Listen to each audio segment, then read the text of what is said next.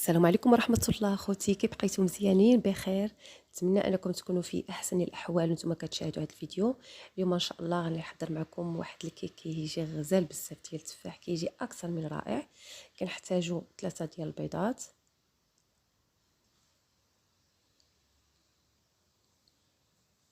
طريقه ديال الملحه، كاس الا ربع سكر سنيده، كاس الا ربع ديال زيت المائده، كنحكوا واحد الحامضه،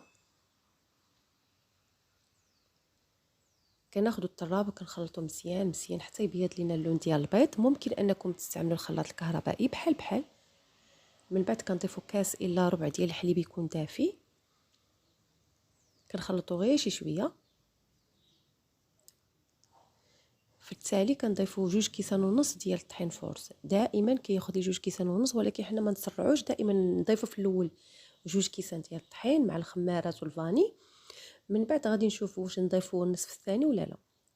بالنسبه ليا هنايا انا ضفت النصف الثاني. بالنسبه للنوعيه ديال الطحين اخوتي اللي استعملت انا في هذه الكيكه هو الطحين ميمونه.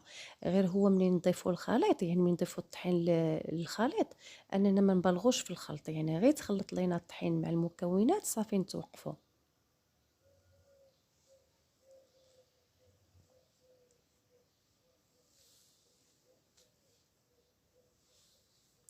وفي الاخير اللي هو العنصر الاساسي ديال الخفه وديال الهشاشه ديال هذا الكيك اللي هو 2 معالق كبارين ديال عصير الحامض.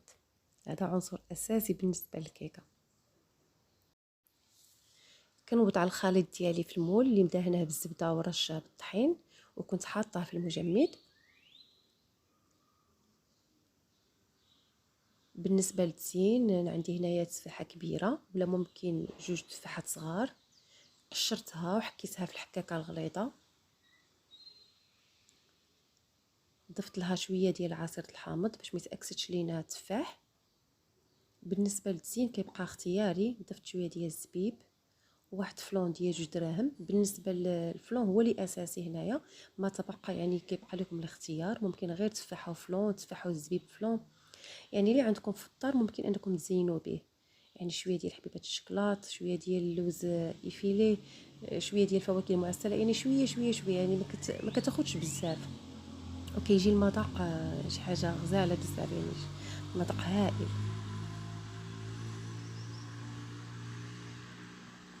صافي كندخلوا الكيكه ديالنا الفران على 170 درجه حتى تحمر لينا.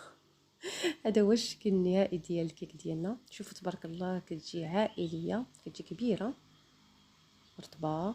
بالنسبه للقطر ديال المول عندي هنايا 27 سنتيم.